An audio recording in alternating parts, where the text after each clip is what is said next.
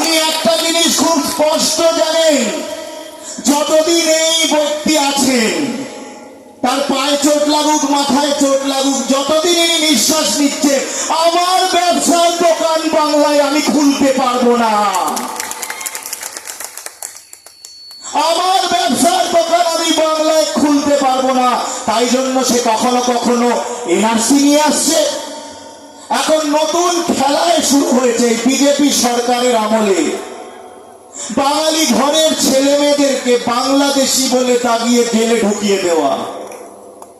বিভিন্ন প্রান্তে আমাদের ছেলেরা কাজ করতে যায়, বাংলা ভাষায় কথা বললেই তাকে সেই বাংলা ভাষায় কথা বলার জন্য জেলে ঢুকিয়ে দেওয়া হয়।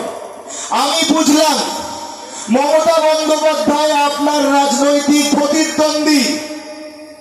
আপনি তো মা দুর্গাকেও গালাগালি দিচ্ছেন। দিলীপ ঘোষ বলছে মা দুর্গার বংশ পরিচয় কি?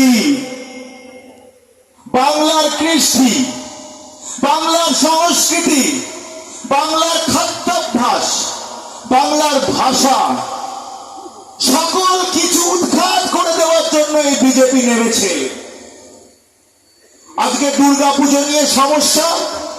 আজকে আমার বাড়িতে এতগুলো উৎসব হয়, এতগুলো পার্বণ হয়, আজ পর্যন্ত তো কোথাও ঝামেলা হয় না, কোনোদিনও ঝামেলা হয়নি। একমাত্র শুধু রামনবমীর দিনই কেন ঝামেলাটা হয়, দাঙ্গাটা হয়? তার কারণ মানুষ লাগায় না, ওটা টাকা দিয়ে লাগায় এরা। আমার বাংলার প্রতিটা মানুষ শান্তিপ্রিয় মানুষ, সম্প্রীতির মানুষ। আজকে বিজেপি রবীন্দ্রনাথ নজরুলকে প্রতিদিন কলুষিত করছে। একজন কুলাঙ্গারকে বিশ্ববিদ্যালয়ের ভাইস চ্যান্সেলর করে পাঠিয়েছিল, যিনি বলেছে আমি এখানে এসেছি বিশ্ববিদ্যালয়, আমার রবীন্দ্রনাথ ঠাকুরের বিশ্ববিদ্যালয়কে ধ্বংস করতে। বিজেপির শত্রু বিশ্ববিদ্যালয়, বিজেপির শত্রু রবীন্দ্রনাথ নজরুল, বিজেপির শত্রু লালন, বিজেপির শত্রু স্বামী বিবেকানন্দ, মাস্টারদা সূর্য সেন, বাঘা যতীন।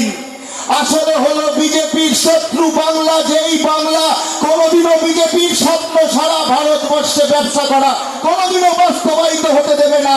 এবং তার সবচেয়ে বড় কাটা হলো মমতা বন্দ্যোপাধ্যায়, যিনি রাস্তায় দাঁড়িয়ে আছে। আমার শেষ নিঃশ্বাস অবধি বিজেপির দোকানে এই বাংলায় আমি খুলতে দেব না। এবং এই লড়াইয়ে আজকে সমাজের সকল মানুষ, বাংলা প্রেমী মানুষ, সঙ্গীত শিল্পী থেকে শুরু করে, কবি থেকে শুরু করে, অভিনেতা থেকে শুরু করে, লেখক, সাহিত্যিক, বুদ্ধিজীবী, আমরা হাড়োয়াতে আজকে আমরা সকলে এসেছি। আমরা হাড়োয়াবাসীর কাছে হাত জোর করে আবেদন করছি, আমাদেরকে রক্ষা করুন। আপনারা আমাদেরকে রক্ষা করুন, কারণ আপনাদের একটি ভোট সিদ্ধান্ত নেবে আমাদের কবিদের কবিতা আগামী দিনে লেখা হবে কিনা। আপনারা ঠিক করবেন রবীন্দ্রিকের মতো সংগঠন বা সংস্থা আগামী দিনে খুলে মন খুলে গান গাইতে পারবে কিনা। আপনারা ঠিক করবেন এই বাংলা চলচ্চিত্রের অভিনেতারা বাংলায় সিরিয়াল সিনেমা আগের দিন করতে পারবে কিনা মন খুলে।